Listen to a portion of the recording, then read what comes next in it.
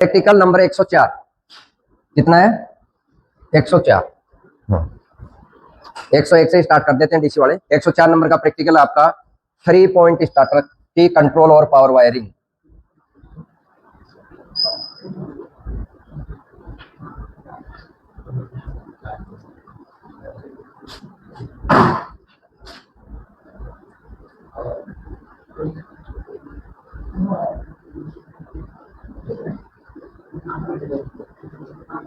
ये जो आपका प्रैक्टिकल का नाम है वो आपके शीर्षक में डालना है।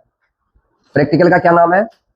3 पॉइंट स्टार्टर की कंट्रोल व पावर वायरिंग करना। कंट्रोल और पावर वायरिंग करके कौन सी मोटर को चलाई जाती है? DC shunt motor. उद्देश्य में लिखो, डीसी शंट मोटर को चलाने के लिए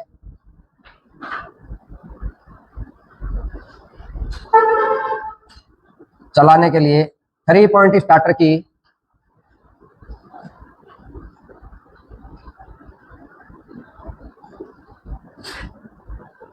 कंट्रोल व पावर वायरिंग करना।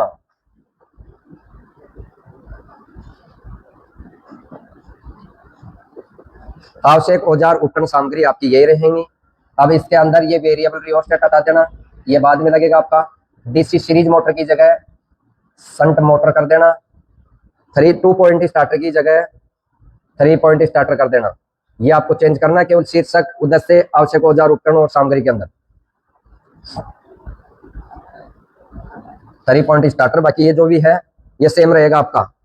अब आवश्यक औजार में कौन कौन सी सामग्री, औजार, उपकरण चाहिए? कार्यविधि में सबसे पहले हम गति नियंत्रण की जगह कर लेना 3 पॉइंट स्टार्टर की कंट्रोल पावर वायरिंग का सर्किट डायग्राम बनाएंगे। सबसे पहले हम 3 पॉइंट स्टार्टर की कंट्रोल व पावर वायरिंग का डायग्राम बनाएंगे। इसमें आपको वही स्टड, रेजिस्टेंस वो देखने के लिए मिलेगा। ये बना दिया आपके स्टड और ये एक बना दिया आपका हैंडल।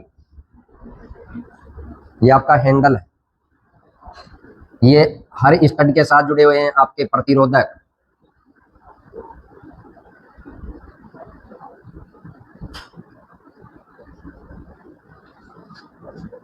एक आपको मिलेगी हैंडल को चिपकाने के लिए एनवीसी। ये है आपकी एनवीसी। एनवीसी से 2 वायर निकलते हैं आपकी, ये कॉइल होती है एनवीसी। एक मिलेगी आपको यहाँ ओवरलोड रिले OLR। OLR से भी आपको 2 वायर मिलेंगे, 2 टर्मिनल निकले हुए मिलेंगे कनेक्शन के लिए। और स्टार्टर का ही नाम 3 पॉइंट है तो आपको देखने के लिए यहाँ 3 पॉइंट मिल जाएंगे। ठीक है, ये तो आपके इसकी संरचना, इसके भाग है। क्या नाम दिया इसका? ये रेजिस्टेंस, प्रतिरोधक R1, R2, R3, ये रेजिस्टेंस जुड़े हुए हैं इसके अंदर। ये आपका हैंडल है, इनको बोलते हैं स्टड है। ये एनवीसी हो गई, ये हैंडल हो गया, ये ओवरलोड हो गया, ये आपके पॉइंट हो गए जिसके नाम से स्टार्टर को पहचाना जाता है। 3 पॉइंट है, 2 पॉइंट है, 4 पॉइंट है। ठीक है, अब करना आपको इसकी कंट्रोल वायरिंग। आपको ये सिस्टम आपको 2 पॉइंट स्टार्टर में भी मिला होगा। क्यों सोता है तुम? क्या प्रॉब्लम है सोने के पीछे? अब जो ये सिस्टम था अपना, ये 2 पॉइंट में भी था, केवल उसमें OLR नहीं थी। OLR लगाने का मतलब आपकी सीरीज मोटर ओवरलोड होती नहीं है, तो 2 पॉइंट स्टार्टर में नहीं मिली आपको। 3 पॉइंट मोटर आपकी ओवरलोड हो सकती है, इसलिए सुरक्षा के तौर पर हमने क्या लगा दी? Overload relay. अब इसका कनेक्शन देखना है। 2 पॉइंट स्टार्टर के अंदर इस एनवीसी को कहां से जोड़ा था? लास्ट स्टड से, और दूसरा पॉइंट जोड़ दिया था आर्मेचर वाले। अब ऐसा नहीं करना है, पहले स्टड की जगह, लास्ट स्टड की जगह इसको देना है सप्लाई फर्स्ट स्टड से। किसको? एनवीसी को। लास्ट स्टड से नहीं देना, केवल 2 पॉइंट में ही देते हैं लास्ट स्टड से। अब आपको करना है, शंट मोटर का नाम आ गया तो पैरेलल में जुड़ेगा। ठीक है, अब ये सेकंड पॉइंट था, उसे निकाल कर 2 पॉइंट में बना दिया था आर्मेचर का। अब बनेगा ये फील्ड का। किसका बन गया? फील्ड का। अब लास्ट वाला स्टड है, उसको डायरेक्ट सप्लाई देनी है, एनवीसी में नहीं देना है, इसको डायरेक्ट सप्लाई दे करके ये पॉइंट बना देना। ये बनेगा आपका आर्म। स्टड लास्ट वाले से बनेगा आर्मेचर का, लेकिन एनवीसी को नहीं जोड़ना है। ठीक है, एनवीसी जुड़ गई क्या? जुड़ गई। ये हैंडल है, इस हैंडल को भी अपन डायरेक्ट एल वाले पॉइंट से हैंडल को कनेक्ट कर दिया। अब डायरेक्ट नहीं करना है, एल से पहले OLR जोड़ो। ये OLR है, ओवरलोड रिले है, इसको पहले एल से सप्लाई दे करके अब हैंडल से दो, जुड़ गई। अब ये OLR के 2 पॉइंट है, इनको सप्लाई यहां से कहां देना है आपको, ये जो NVC वाले पॉइंट है ना दोनों यहां, अब इसको यहां जोड़ दो और इस पॉइंट को यहां जोड़ो। यहां आपकी एक पत्ती लगी रहती है ऐसे करके,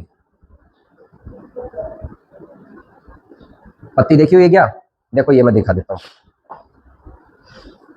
ये ओवरलोड रिले, ठीक है, ये पत्ती लगी हुई, ये पत्ती या 2 पॉइंट है, एक पॉइंट ये हो गया और एक पॉइंट यहाँ रहता है, 2 पॉइंट हो गए। कौन से 2 पॉइंट? ये पॉइंट, और इन दोनों पॉइंटों को सप्लाई कर दिया अपने एनवीसी के पैरेलल से, ठीक है। जब मोटर ओवरलोड होती है तो ये आपकी पत्ती ओवरलोड इसको खींच लेती है और ये आपस में टच कर देती है, दोनों पॉइंटों को ऐसे टच कर दी। टच होते ही क्या होगा, ये एनवीसी में सप्लाई नहीं जाकर के डायरेक्टली परिपथ पूरा कर लेगी, एनवीसी को सप्लाई नहीं मिलने से एनवीसी हैंडल को छोड़ देगी, ठीक है। ये आपका सर्किट डायग्राम है। सर्किट डायग्राम में आपको ऐसे कनेक्शन करना है, ये कनेक्शन आपका कंप्लीट हो गया और ये पूरा कंट्रोल वायरिंग का है। अगर आपको मोटर चलानी है तो मोटर के लिए इनपुट और आउटपुट वायर निकाल देते, वो पावर वायरिंग के अंतर्गत आ जाते हैं।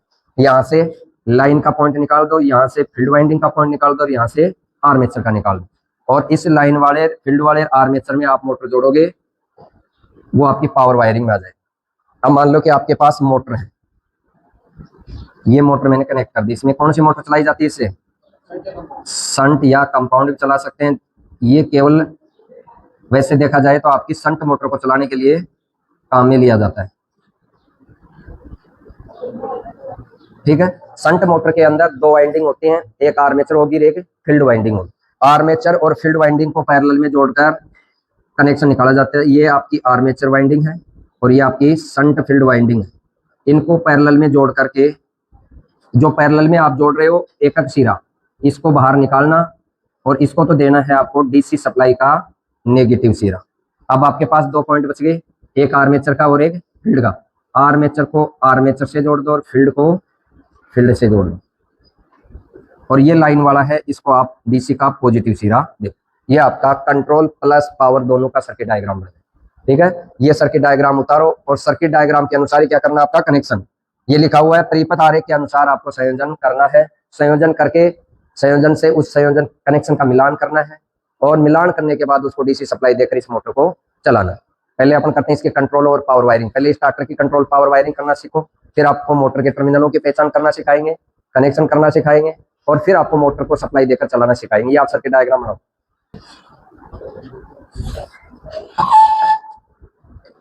एक बार ये आपका 3 पॉइंट स्टार्टर, क्या पहचान है? 3 पॉइंट है, 1 2 3, 3 पॉइंट स्टार्टर होगा। अब इसकी कंट्रोल वायरिंग और पावर वायरिंग में 2 पॉइंट की तुलना में क्या परिवर्तन करना है वो देखो। आपने एनवीसी को सप्लाई कहां से दी? लास्ट स्टड से, किसमें? 2 पॉइंट में, और अब देनी है इसको फर्स्ट स्टड में। तो एनवीसी वाला जो एक सिरा है वो फर्स्ट स्टड में जोड़ दो। दिख रहा है क्या फर्स्ट स्टड? नहीं दिख रहा, नहीं दिखा। हैंडल से जो हैंडल टिका रहता है उससे जस्ट आगे वाले में, एक आगे, ये हैंडल वाला ऑफ स्थिति में रहता है, हैंडल से आगे वाले। अब एनवीसी का एक सिरा तो जोड़ दिया आपने लास्ट स्टड में या फर्स्ट में? फर्स्ट में, और सेकंड सिरा जोड़ देना किसी भी एक पॉइंट में। सेकंड सिरा आप कहीं भी जोड़ दो। 3 पॉइंट आपके पास, एक तो लाइन का छोड़ दो और एक आर्मेचर का छोड़ दो और एक में आप लगा दो एनवीसी वाला, जो किसका बन जाएगा फिर? फील्ड का। अब ये फर्स्ट स्टड से मैंने इसको सप्लाई दे दिया एनवीसी के एक वायर, दूसरा वायर एनवीसी का निकला और इस पॉइंट में पहले से ही जुड़ा हुआ था। 2 पॉइंट जब था स्टार्टर, इसको 2 पॉइंट और 3 पॉइंट अपन बना रहे हैं, चेंज भी कर सकते हैं, कोई दिक्कत नहीं। तो ये आपने इस पॉइंट को यहाँ लगा दिया लास्ट वाले में, अब बन गया ये फील्ड का, ठीक है। आर्मेचर का कहां से बनाना है? लास्ट स्टड से निकाल करके कोई भी तीनों पॉइंटों में से एक में जोड़ दो, ये लास्ट स्टड वाला आर्मेचर का बन जाएगा। क्या है बड़े बड़े? दोनों बोल्ट साथ साथ ही पास पास, कोई दिक्कत नहीं है।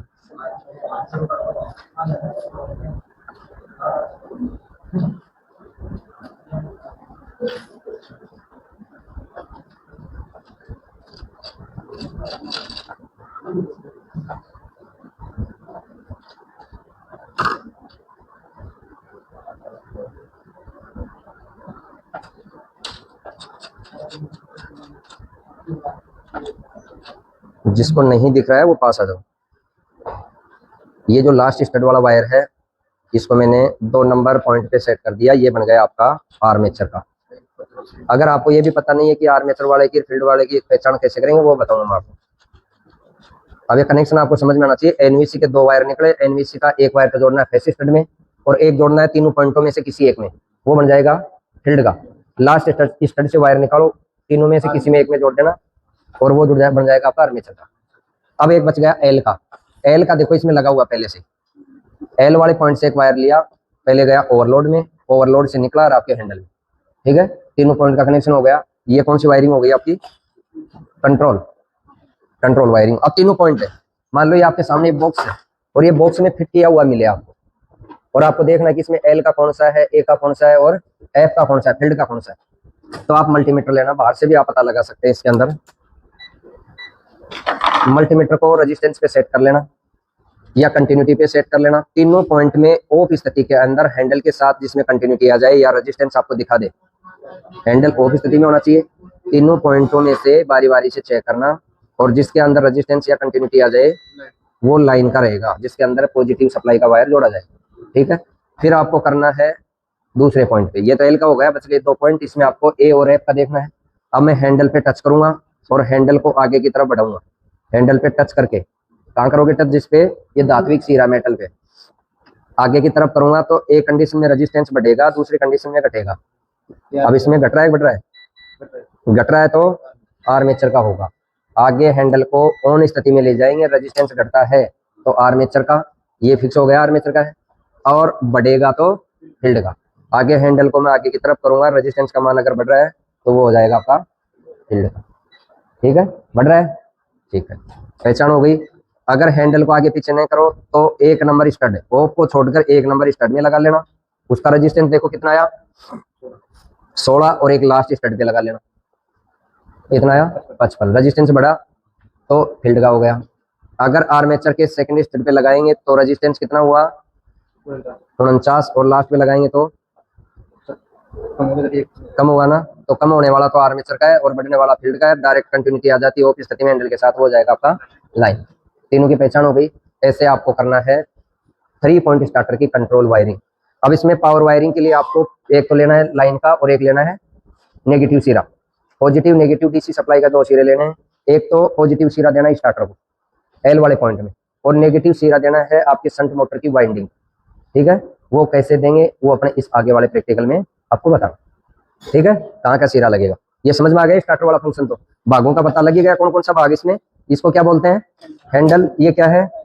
एनवीसी। इसको ओवरलोड। और ये स्टड, और इसके साथ स्टड किसके साथ जुड़े रहते हैं? रेजिस्टेंस के साथ, ठीक है। ये इसमें भाग और कुछ भाग, और वायरिंग में ज्यादा लफड़ा नहीं, ठीक है। करो इसको।